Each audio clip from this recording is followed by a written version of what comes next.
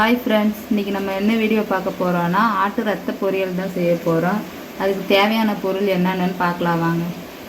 3 cup ரத்தம் எடுத்திருக்கேன், 7 பல் பூண்டு இடித்து வச்சுருக்கிறேன், 1/4 ஸ்பூன் பெருஞ்சீரகம் எடுத்திருக்கேன், பாதி தக்காளி, பெப்பர் எடுத்திருக்கேன், 3 ஸ்பூன் இஞ்சி பூண்டு பேஸ்ட்டு, பச்சை மிளகா 12 கட் பண்ணி வச்சுருக்கிறேன், 3 வெங்காயம் கட் பண்ணி வச்சுருக்கிறேன். காரத்துக்கு பெப்பரும் பச்சை மிளகாவும் தான் சேர்த்துக்கிறேன்.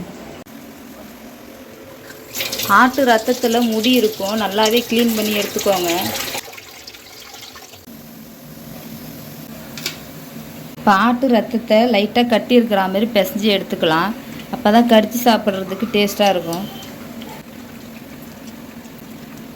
வானல் நல்லா சூடாயிடுச்சு, தேவையான அளவு எண்ணெய் சேர்த்துக்கிறேன். எண்ணெய் நல்லா சூடாயிடுச்சு, இப்போ சோம்பு சேர்த்துக்கிறேன். அது கூடவே பூண்டு சேர்த்துக்கிறேன். இப்போ இது கூடவே பச்சை மிளகாய் சேர்த்துக்கிறேன்.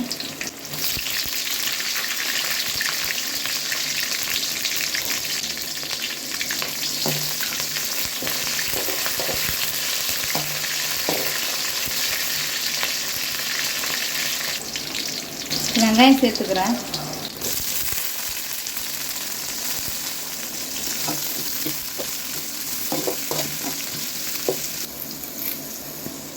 இப்போ 2 கொத்து கருவேப்பிலை சேர்த்துக்கிறேன். இது கூடவே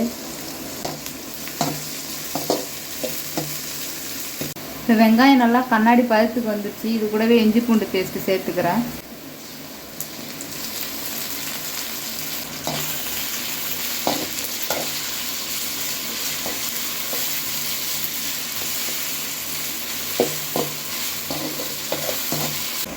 இப்போ இஞ்சி பூண்டு பச்சை வாசனைலாம் போயிடுச்சு. இது கூடவே தக்காளி சேர்த்துக்கிறேன்.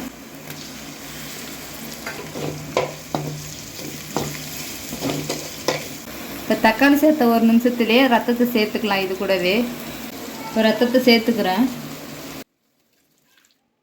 இப்போ ரத்தத்தை சேர்த்தோடனே கைவிடாமல் கலக்கி விட்டுக்கிட்டே இருங்க.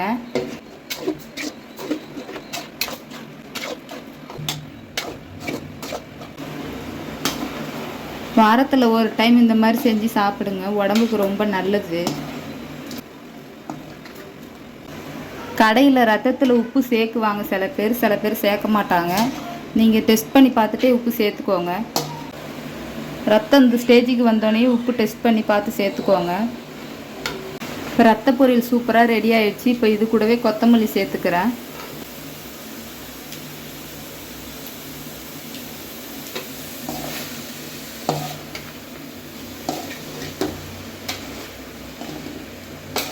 லாஸ்ட்டில் 1 ஸ்பூன் பெப்பர் சேர்த்துக்கிறேன்.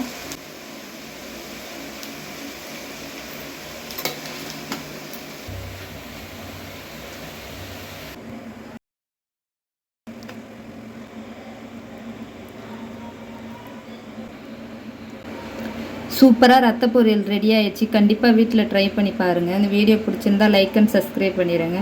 அடுத்த வீடியோவில் பார்க்கலாம்.